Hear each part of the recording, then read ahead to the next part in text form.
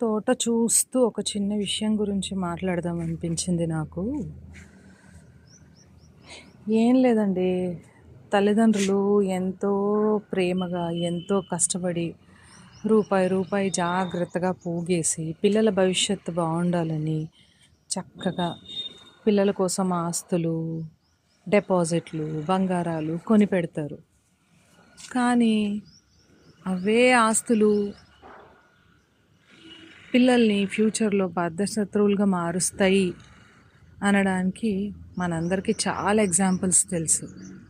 ఎందుకంటారు? పిల్లల భవిష్యత్తు బావుండాలని కదా చక్కగా కొంటారు అన్నీ. అలాంటప్పుడు పిల్లలు శత్రువులు అయిపోవడం ఏంటి? అంటే ఆస్తుల కోసం పిల్లలు కొట్టుకున్నప్పుడు అలా జరుగుతుందని మీకు తెలుసు. కానీ అలా శత్రువులు వాళ్ళు కావద్దు. వాళ్ళు కలిసిమెలిసే ఉండాలి.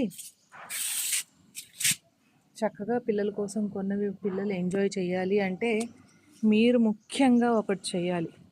మీరు పోయిన తర్వాత కూడా మీ పిల్లలు కలిసే ఉండాలి. చక్కగా వాళ్ళు ఒకరినొకరు ఏదో పండక్కో సందర్భానికో కలిసి ఆనందంగా వాళ్ళు ఉండాలి. వాళ్ళ మొహాలు చూసుకోవాలి. వాళ్ళు మాట్లాడుకోవాలి అని మీరు అనుకుంటే కనుక ఏ ప్రేమతో అయితే ఆస్తులు కొన్నారో దయచేసి అదే ప్రేమతో ఖచ్చితంగా వీలునామా రాసి చచ్చిపోండి. వీలునామా రాయకుండా చచ్చిపోయారో పిల్లలు పిచ్చి కుక్కల్లా కొట్లాడుకొని ఎన్నో జన్మలు మీరు నమ్మితే జన్మల నుండి వాళ్ళు శత్రువులు అన్నట్టు ఇంకా వాళ్ళకి అసలు ఒకరితో ఒకరు సంబంధం లేదు అన్నంత పెద్ద శత్రువులు అయిపోయి వాళ్ళు జీవితాంతం కొట్టుకు చేస్తూనే ఉంటారు.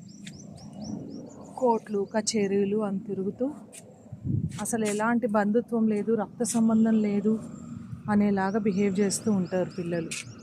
సో ఏ ప్రేమతో మీరు ఆస్తులు కొన్నారో అదే ప్రేమతో పిల్లలు కలిసి ఉండాలి అంటే దయచేసి వీలునామా రాసి అప్పుడు చచ్చిపోండి.